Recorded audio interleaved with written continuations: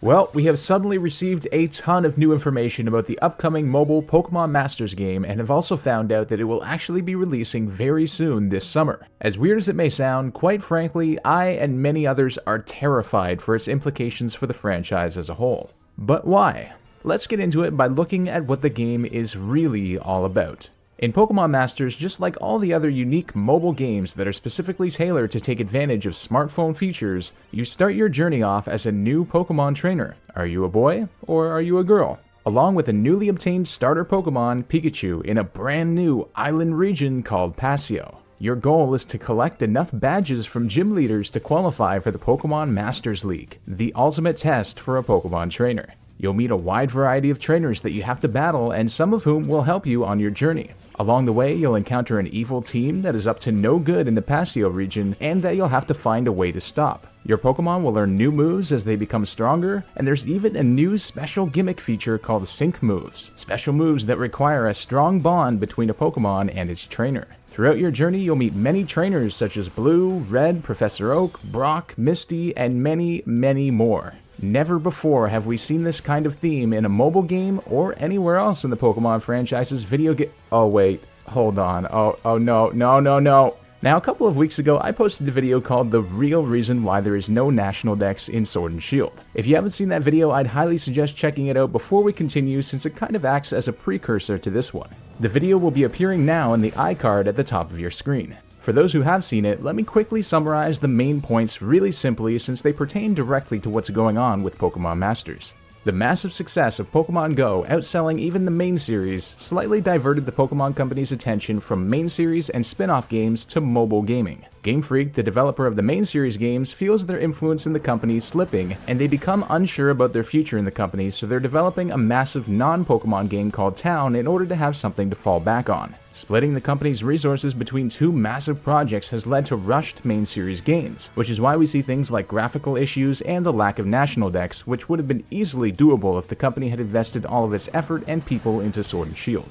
Now, shortly after I uploaded that video, the Pokemon Company did a very unorthodox thing that falls in line with this theory. They revealed that there would be a Pokemon Direct style livestream to show the trailer for Pokemon Masters along with some gameplay, something which is usually reserved for the main series games. As stated by Joe Merrick of Cerebi himself, this showed immense confidence in the game, and nothing like this has really happened since the introduction of Pokemon Go. I'd take this one step further though. I think having a separate direct-style livestream not only shows the Pokemon Company's confidence in the title itself, but also in mobile gaming as a whole, and shows where its attention currently lies. But perhaps more shocking than this even was the actual content of the Direct and the nature of the Pokemon Masters game itself. The Masters Direct began with a 4-minute long, fully animated cinematic trailer that was admittedly really well done. As far as I can remember, animated cinematic trailers of that length for even the main series only occurred twice, for Black 2 and White 2 in 2012, and to promote new Mega Evolutions in Omega Ruby and Alpha Sapphire in 2014, meaning it's been 5 years since the main series has had one, despite fans almost unanimously loving them. Yet even a mobile game is getting this treatment. Added to this is the fact that the president and CEO of the entire Pokemon Company itself, Ishihara, made an appearance in the trailer where he hailed this new direction and new depth for the Pokemon franchise, along with a similar written message from Ken Sugimori, one of the original designers of the main series games.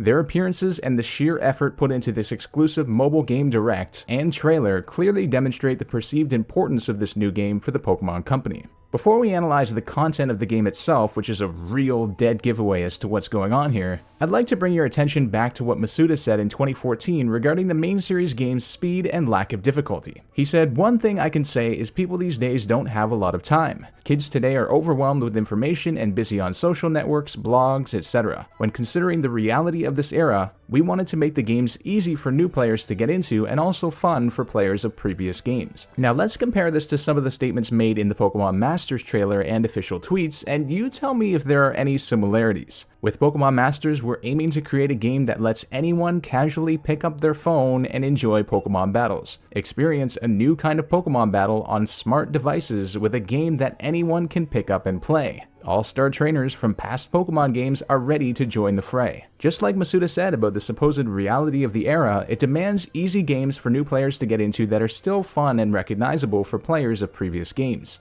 It seems that the Pokemon Company has also bought into this narrative to focus its efforts on making an easy, less expensive, less expansive, and less difficult to develop game than the main series. And it seems that they're hoping that Masters might blow up like Pokemon Go did. All across the internet, I've seen tons of fans saying that they're actually more excited for Pokemon Masters than Sword and Shield. And this even includes many prominent Pokemon content creators too. But why in the world would this be? Sure, there's the fact that it's going to be an easy pick-up-and-play game that doesn't require any substantive time investment on the player's behalf, but I'd like to think that most of these fans all originated with the deeper and more expensive journey-based main series that they've all grown to love. Well, what if I told you that what the Pokemon Company has done here is essentially incorporate many core main series elements into mobile? What if, given the success of Pokemon Go and lower expenses involved in mobile gaming, they've basically made the games we know and love in a far more simple and possibly more profitable mobile version? Everyone will have free access to the game, at least initially, on a device that pretty much everyone has, since it's used for essential parts of everyday life instead of being a lesser-owned dedicated console for gaming.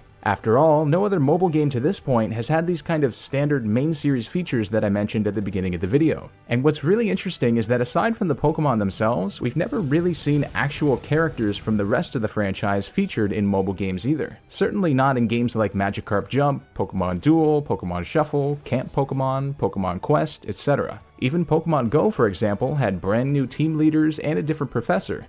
Interestingly, there aren't even any anime or spin-off exclusive characters like Ash or Wes, for instance. The Masters characters' designs are all from specific main series games, meaning they're technically GameFreak trademarks. Brock has his specific Heart Gold Soul Silver design, Misty has her Let's Go design, Erica has her Fire Red Leaf Green design, etc. Pretty much every main series game is referenced somewhere within this mobile game. The official Pokemon Masters Twitter page even tweeted out a picture directly referencing the main series Heart Gold and Soul Silver games when discussing Brock's design. This shows that GameFreak must have had some part in assisting with the game, or at least allowed the copyright to be carried over to DNA, the developer of Pokemon Masters, which is obviously intended to be closely aligned with the main series. Of course, none of these mobile games had a story narrative that seems to come anywhere close to what Masters is doing either. Typically, features like these have all been reserved for the main series games themselves. The whole trainers business, for instance, is very reminiscent of Pokemon Black 2 and White 2's World Tournament, where all the prominent trainers from every region at the time came together to battle in a tournament-style competition in which you, the protagonist, could participate. But adding extra content into a main series game just isn't really profitable, not least compared to packing things into a mobile game,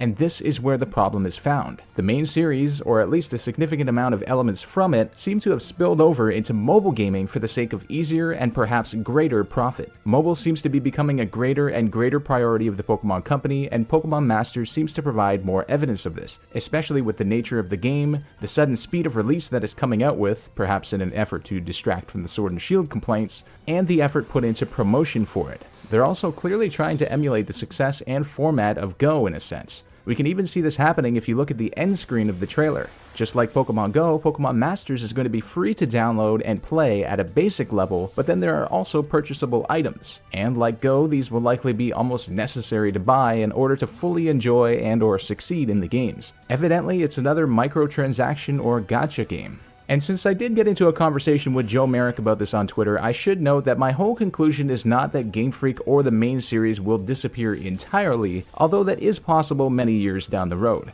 As Joe said, without Game Freak, the franchise would likely stagnate since the main series serves as kind of the core that keeps things moving.